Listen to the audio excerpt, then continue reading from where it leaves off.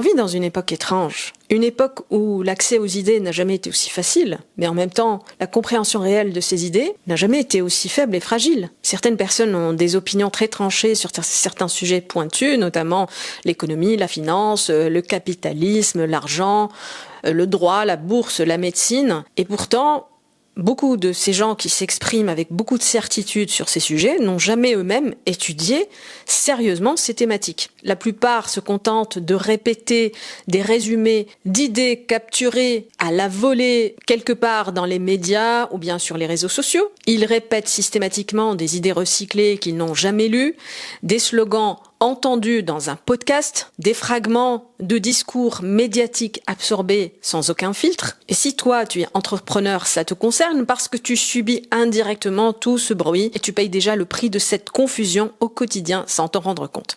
Parce que toi, tu essaies de créer de la valeur, tu prends des risques, tu entreprends, tu veux générer des revenus. Tout ce que tu veux, c'est ton indépendance. Mais l'environnement, parce qu'on vit quand même dans un environnement où parler d'argent te rend immédiatement suspect aux yeux d'une bonne partie de la société aujourd'hui. Bonjour, je m'appelle Randa, bienvenue sur cette chaîne dédiée à l'entrepreneuriat où je partage avec toi ma pratique de terrain de plus de 8 ans dans le monde du business et mes années d'expérience en tant que docteur et enseignant-chercheur en école de commerce en France. Et si tu me connais depuis ma première chaîne YouTube, tu sais aussi que j'ai fait des études en psychologie appliquée et sociologie des organisations et c'est avec toutes ces lunettes que je vais te parler aujourd'hui. Et c'est de cette première chaîne que vient l'anecdote par laquelle je vais commencer cette vidéo. Quand j'ai lancé cette chaîne business, une partie de mes anciens abonnés de la chaîne Psycho est tombée par hasard sur ces vidéos-là et j'ai reçu quelques messages très bienveillants. Je vous remercie. Je suis très heureuse de vous revoir ici et voir que le sujet vous intéresse, mais j'ai aussi reçu quelques messages accusateurs, très chargés, très inquiets, de personnes qui me disaient que je m'étais trahi, que parler de business et d'argent n'était pas digne de ce que je faisais avant. À lire ces messages, on aurait dit que j'avais rejoint une secte de milliardaires psychopathes et sans âme, alors que je parle simplement de stratégie, de visibilité, de positionnement pour des personnes ambitieuses qui veulent juste avoir leur indépendance financière via leur activité, un thème que je trouve tout à fait cohérent et aligné avec la souveraineté personnelle, un thème qui est prépondérant sur ma première chaîne, la souveraineté personnelle. Et pour moi, il n'y a pas de souveraineté personnelle, ou en tout cas, elle reste incomplète, sans souveraineté financière. J'ai compris qu'on ne parlait pas du tout de la même chose. Parce que pour certains, le mot business, ça voulait dire à peu près tout ce qui dysfonctionne dans le monde moderne. Ils mettent tout dans le même panier. Pour moi, ça veut dire autre chose. Ça veut dire créer de la valeur, que les gens sont contents et prêts à payer. Certains m'ont même accusé à plusieurs reprises d'être une capitaliste sans âme. Et je suis pas la seule à recevoir ce type de discours. Sauf que quand tu es surexposé sur Internet, il y a un effet cumulatif avec le temps et ça nous fait arriver à un point de saturation. Même des personnes non exposées sur Internet, je te le dis, sont aussi cibles de ce type d'accusations sans fond. Et je vais te donner un exemple. Il y a quelques semaines, je discute avec une personne qui fait du trading. Alors je ne suis pas en train de parler du trading impulsif type TikTok, non. Je parle du trading réfléchi sur lequel il s'est formé pendant des années et qu'il fait en toute conscience des risques. Et franchement, ça le regarde. Alors un jour, il en parle à un ami à lui, un kiné, un ancien kiné, aujourd'hui retraité. Et la réaction de ce kiné est sans appel. Il lui dit « Le trading, c'est du capitalisme débridé, c'est malsain. Comment ça se fait que tu encourages un système toxique ?» Un discours moralisateur, qui rappelle certains propos qu'on entend dans certains médias, soit dit en passant, sans la moindre question, sans la moindre nuance sur le sujet. Ce kiné a travaillé toute sa vie dans un système capitaliste. Il en a tiré les bénéfices. Il a réussi à accumuler un capital retraite, à s'acheter sa résidence principale et en plus des résidences secondaires qui lui apportent aujourd'hui des revenus locatifs. Il a bénéficié des protections sociales. Il a vécu en France à une époque où l'économie était plutôt stable, en tout cas par rapport au contexte économique actuel. Il est aujourd'hui à la retraite, tout va bien pour lui, il est bien installé dans sa vie, en sécurité. Il se permet de moraliser quelqu'un d'expatrié en plus qui n'a aucune sécurité, aucun droit aux aides sociales et qui veut juste être financièrement indépendant. Il veut être indépendant.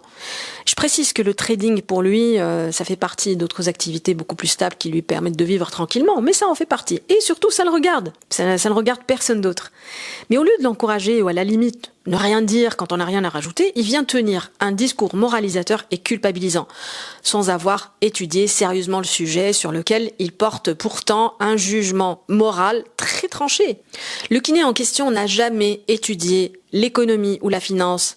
Il sait même pas ce que ça veut dire d'investir en bourse. Il sait même pas ce que ça veut dire la bourse en fait, ou bien faire du trading. Il reproduit juste une ambiance idéologique qui règne en société. Moi aussi j'ai eu le droit à ces discours moralisateurs où on me traite de capitaliste sans âme parce que je facture mes prestations. Grand péché. De quoi on parle exactement quand on parle de capitalisme? Il y a une très grande confusion dans la société par rapport à ce concept de capitalisme. Alors, on va remettre un peu les choses dans leur contexte. Adam Smith, qu'on représente comme le père du capitalisme et le théoricien du marché libre, distingue clairement dans ses travaux entre deux formes de capitalisme. Le capitalisme naturel ou productif et le capitalisme mercantiliste. C'est pas du tout la même chose. Le premier qui est basé sur le travail et la production et aussi la création de valeur et il est alimenté par la division du travail. Cette forme de capitalisme est guidée par l'intérêt individuel, mais elle bénéficie collectivement. Ici, la concurrence est ouverte et elle va pousser à l'efficacité et à l'innovation. Donc c'est plutôt quelque chose de constructif. Autrement dit, les individus cherchent leur intérêt personnel, certes, mais dans un cadre concurrentiel, ça produit de la richesse pour tout le monde. Il s'agit d'un capitalisme organique qui va émerger naturellement du marché. En revanche, la deuxième forme de capitalisme, mercantiliste ou de connivence, a été très critiquée par Adam Smith. Le capitalisme capturé est favorisé par des alliances entre les marchands et l'État, ce qui engendre des monopoles, des privilèges et une régulation biaisée au profit de certains acteurs. Il en résulte une accumulation de richesses chez une minorité qui va devenir puissante sans création véritable de valeur. Lorsqu'on est entrepreneur et on crée de la valeur en prenant des risques, on est plutôt dans la première forme de capitalisme, c'est-à-dire le capitalisme productif ou organique. Est-ce que les gens critiquent quand ils balancent le terme capitalisme comme on balance le terme démon ? Ils critiquent en réalité l'exploitation, l'abus de pouvoir, le monopole des grandes entreprises qui écrasent tout sur leur passage. Ils critiquent les prix manipulés, les crises financières fomentées. Donc, ce qu'ils critiquent en réalité, c'est le capitalisme de connivence. Et justement, Adam Smith a beaucoup critiqué cette forme de capitalisme de connivence. Lui, il défend plutôt l'idée que les gens puissent créer de la valeur et qu'ils puissent l'échanger librement. Et surtout, où personne ne peut truquer les règles à son profit. Et d'ailleurs, il a mis en garde explicitement contre ce qui se passe quand les acteurs économiques deviennent assez puissants pour capturer l'État et réécrire les règles du jeu à leur avantage. Et là, tu comprends vraiment l'ampleur du malentendu. Pendant que des gens accusent un entrepreneur indépendant de capitalisme sauvage parce qu'il propose un service à 200 €, ils utilisent un mot dont ils n'ont jamais lu et étudié la première définition rigoureuse. Ils confondent un boulanger qui vend son pain avec un cartel pharmaceutique. Ils confondent quelqu'un qui crée de la valeur avec quelqu'un qui empêche les autres de jouer. C'est pas la même chose. Et ce ne sera jamais la même chose. Et on a besoin aujourd'hui de faire cette distinction. Il y a une confusion dans la société entre business et prédation, entre création de valeur et exploitation. Et ce n'est pas limité à un débat intellectuel, abstrait, ou bien quelques conversations banales et mondaines qu'on entend partout. Ça s'est installé dans la tête des entrepreneurs qui la portent avec beaucoup de charge émotionnelle sans le savoir. Et ça dirige leurs décisions à leur place tous les jours. Il y a des entrepreneurs qui veulent des résultats d'un vrai business avec un revenu stable et une vraie liberté économique, mais qui refusent simultanément de faire les choses qui produisent ces résultats, notamment étudier le marché, observer ce que valorisent les gens et sont prêts à acheter et à payer, construire une offre claire et vendable, apprendre à vendre et faire du marketing, parce qu'ils sont constamment culpabilisés par ce discours moral.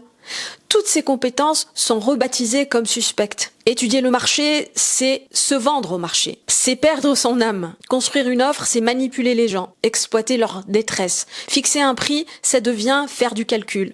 Et apprendre à vendre, c'est carrément trahir son âme, trahir ses valeurs. Sauf qu'au final, si tu refuses les compétences qui te permettent de produire de vrais résultats, les résultats que tu cherches d'ailleurs, tu peux refuser de regarder le marché si tu veux, c'est ton droit. Mais dans ce cas-là, tu ne peux pas espérer que le marché te récompense. Le marché ne récompense pas ceux qui le méprisent, mais ceux qui le comprennent. Donc, si tu refuses d'étudier et de comprendre le marché, tu vas construire la mauvaise entreprise. Tu vas servir probablement les mauvais clients. Tu vas fixer les mauvais prix. Tu vas te brider parce que tu as absorbé un cadre idéologique que t'as pas pris le temps d'examiner. Mais ça t'empêche aujourd'hui de construire à la hauteur de ce que tu es capable de produire. Reste une question pratique. Une fois qu'on voit le mécanisme, comment s'en libérer?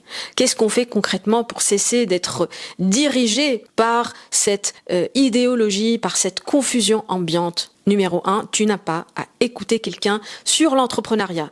L'argent, la stratégie business, si cette personne ne remplit pas systématiquement 2 conditions basiques. D'abord, avoir pris des risques économiques réels elle-même, notamment avoir mis du capital en jeu, avoir généré des ventes réelles, avoir affronté un mois sans argent, construit quelque chose dont on ne savait pas si ça allait fonctionner ou pas. Tant qu'on n'a jamais traversé tout ça, on parle de l'entrepreneuriat depuis l'extérieur, mais on l'a jamais vraiment vécu. Deuxième condition, avoir étudié sérieusement les sujets sur lesquels on émet une opinion. Pas avoir lu un article sur la volée, pas avoir écouté un podcast, pas après avoir lu un tweet, pas avoir étudié sérieusement en ayant le courage de confronter différents points de vue et compris les mécanismes en profondeur. Si l'une de ces conditions n'est pas remplie, la vie de cette personne sur ton entrepreneuriat ne vaut pas plus que celui de n'importe qui répète ce qu'il a entendu sans examiner le fond de la pensée.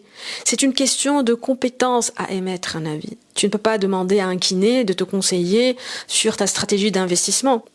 Comme tu ne peux pas demander à ton banquier de te conseiller comment ne plus avoir mal au dos, ou comment bien dormir, ou comment faire du sport. Pourquoi tu accepterais qu'une personne lambda te conseille sur ton rapport à l'argent, ou bien sur la légitimité de ton tarif, ou bien la liberté d'entreprendre sous couvert de propos moralisateurs? Pourquoi? Ça ne veut pas dire que ces gens n'ont rien à apporter sur autre chose dans la vie. Ils ont peut-être beaucoup à t'apprendre dans leur domaine, dans ce qu'ils savent faire, dans ce qu'ils maîtrisent. Ce que ça veut dire, que sur ce sujet précis, notamment l'entrepreneuriat, le rapport à l'argent, la stratégie économique, le business, leur avis n'est pas qualifié tout simplement. Et tu n'as aucune obligation morale de te laisser influencer par des avis non qualifiés. Ce critère n'est pas seulement valable pour les gens qui te jugent à distance, avec leur discours moralisateur sous couvert d'éthique éduquant du bien. C'est valable aussi pour les gens qui s'approchent de toi pour te demander quelque chose sous couvert d'éthique et de bienveillance, notamment tes services, tes prestations, parce que celui qui se présente comme quelqu'un d'éthique, qui en parle beaucoup en fait, il a un discours moral bien construit et on sent qu'il valorise cet aspect chez lui. Il en parle beaucoup et on comprend pas d'ailleurs pourquoi il en a besoin d'en parler autant. Et en plus, en même temps, il va valoriser la profondeur de ton approche, ta singularité. Il te présente comme quelqu'un qui suscite l'admiration et c'est un peu exagéré. Alors, ce genre de personne, je vais te le dire, c'est pas forcément ton client le plus fiable. Je sais que c'est contre-intuitif, mais je sais aussi, par expérience, que ceux qui ont de grands discours, souvent les discours de type moral, éthique, ce sont eux aussi dont il faut se méfier. Parfois, il y a des gens qui vont utiliser le registre moral pour pas avoir à payer tes prestations, par exemple, pour soutirer de toi des conseils gratuits.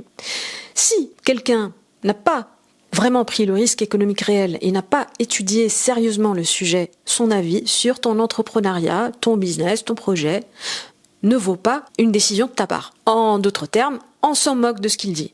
Et si quelqu'un te demande ton expertise sans aucun engagement financier de sa part, son discours moral, héroïque, intellectuel ou bien éthique ne vaut pas un sou de ta valeur. C'est une règle de lisibilité, parce que là, tu vas cesser de confondre les signaux intellectuels profonds, éthiques, moraux ou alignés avec des indicateurs de fiabilité. Si tu les confonds, tu vas te faire extraire par les uns et juger par les autres. Si tu es entrepreneur, tu fais partie d'une minorité statistique de la société. Tu es mathématiquement rare, tu fais partie d'un petit nombre de personnes à choisir l'incertitude à long terme, le risque répété, le refus du confort. La grande majorité des gens autour de toi n'ont jamais fait vraiment ce choix, n'est-ce pas? Et ils ne le feront jamais peut-être. Ce n'est pas un jugement moral, c'est juste un fait.